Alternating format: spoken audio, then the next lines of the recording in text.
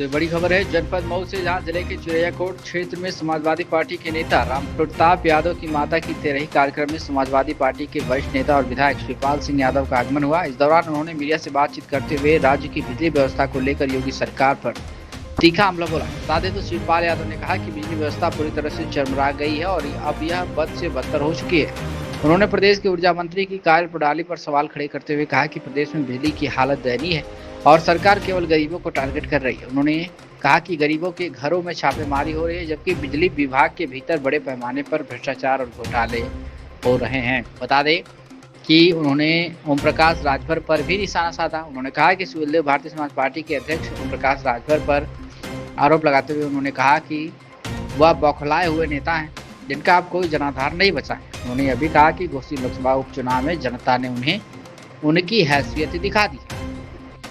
वहीं शिवपाल यादव ने भारतीय जनता पार्टी पर भी गंभीर आरोप लगाते हुए कहा कि भाजपा सरकार करड़ी सेना जैसे संगठनों को संरक्षण दे रही है जो कि सामाजिक सौहार्द बिगाड़ने का काम कर रहे हैं। उन्होंने कहा कि भाजपा की नीति केवल समाज को बांटने की है और अब जनता इसका जवाब देगी। क्या कुछ कहना है मीडिया से बातचीत में शिवपाल यादव सपा नेता का। हम सवाल कुछ नहीं पूछे, क्या कहले सब, तो आप भी पूछ लीजिएगा यार। शिवपाल जी, केपी सिंह ने कहा है कि प्रदेश की जनता लाठी में तेल लगाकर अखिलेश यादव को खोज रही है। देखिए, अभी चुनाव आने वाले हैं 27 में, इनको सबको पता चल जाएगा। और देखिए, भारतीय जनता पार्टी के लोग विकास का काम तो कोई करते नहीं, महंगाई, बेरोजगारी, भ्रष्टाचार, इन सभी मुद्दों से भाग रहे हैं। अब भ्रष्टाचार चरम सीमा पर है, तो ये जब इन मुद्दों से भाग रहे हैं, इनके बस यही है, यही भाषा है। ओम प्रकाश को जनता समझ सिखा दे 2027 के। ओम प्रकाश राजभर ने कहा है कि जो कांवरिया मारपीट कर रहे हैं वो सपा के हैं। चाचा आपके बड़े खास भी ओम प्रकाश राजभर हो गया और वो इसी तरीके से और जहाँ जहाँ पर चुनाव हुए जनता ने उनको सबक सिखाया और अब ये सबक सिखा देंगे। ओम प्रकाश राजभर लगातार आजमगढ़ में डेरा डाले हुए हैं। उनका कहना है कि आजमगढ़ अगर सपा का गढ़ है तो इसको इस बार 27 के चुनाव में हम पीछे करो यार, उंगली आ रहा है। अच्छा, वो अभी रूसी का चुनाव लड़ चुके हैं और भी कहीं चुनाव लड़ चुके हैं, और ये लोग केवल बौखलाए हैं, जमीन पे जनाधार तो कुछ है नहीं। चाचा जी, इंदारा से बलिया जाने वाले ओवरब्रिज का निर्माण हुआ जिसमें 5 क्रॉसिंग आती है। ए.के. शर्मा ने मंच से कहा कि समाजवादी पार्टी और पिछली सरकारों ने इस विकास के कार्य में खाई खोदने का काम किया, इस पर क्या कहेंगे? देखिए, समाजवादी पार्टी के समय एक साल में बड़े 100 पुल बनते थे, कभी कभी 100 से ज़्यादा भी बनाए हैं। और इनका आपको पता ही है, अभी गोरखपुर में वाले में गोरखपुर जो पुलों का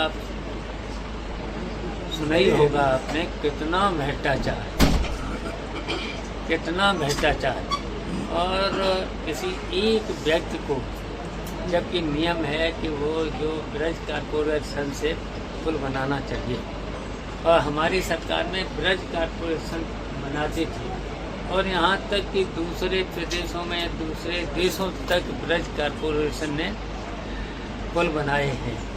और ये जानबूझ करके ब्रज कारपोरेशन नियम भी ये है, नियम की धज्जियाँ उड़ा करके किसी ठेकेदार को, समझ ही रहे, किसी ठेकेदार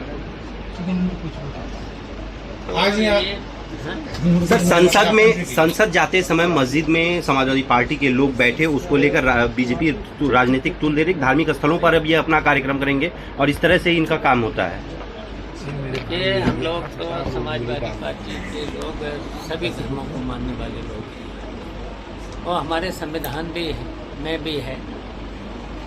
तो ये देखिए, न तो संविधान को मानते, न कानून को मानते भारतीय जनता पार्टी। सांसद इकरा हसन के साथ जो करड़ी सेना के लोगों ने अपशब्द किया और शादी का ऑफर किया, उस पर समाजवादी पार्टी के कुछ कार्यक्रम में कुछ विरोध प्रदर्शन वगैरह नहीं दिखा। देखिए, इस तरीके के जो हैं, करणी सेना हो, कोई अन्य हो, इनको भारतीय जनता पार्टी बढ़ावा देती है। सौहार्दपूर्ण चलना चाहिए देश प्रदेश में, ये नहीं रहने देना चाहते। समाजवादी ने क्या किया इकरा हसन के लिए? समाजवादी पार्टी तो साथ है, समाजवादी पार्टी की सांसद हैं इकरा हसन। सर, पूर्वांचल में पीडीए भवन खुल गया है, आजमगढ़ में अखिलेश यादव जी ने वहां का उद्घाटन भी किया। किस तरह से उसे देख रहे हैं पूर्वांचल के लिए आप लोग, कितना ताकत मिलेगी पूर्वांचल में से? देखिए, पूर्वांचल हमेशा समाजवादी पार्टी का रहा है। यहाँ से पूर्वांचल से नेताजी भी लड़े, अखिलेश भी यहाँ से लड़े, अब धर्मेंद्र हैं, तो हमेशा पूर्वांचल समाजवादी पार्टी के साथ रहा है। और समाजवादी पार्टी जब भी सरकार बनाएगी 2027 में पूर्वांचल का पूर्ण विकास करेगी। एक पत्रकार ने सवाल किया बिजली ऊर्जा मंत्री से, तो उन्होंने कहा कि जय श्री राम। देखिए, क्या इसी से बिजली आएगी? देखिए, बिजली तो दे नहीं पा रहे, बिजली ये नहीं दे पा रहे। 239 दिन हो गया धरना प्रदर्शन। हाँ, महंगाई, बेरोजगारी, भ्रष्टाचार, बिजली में कितना भ्रष्टाचार ये देख ही रहे हो।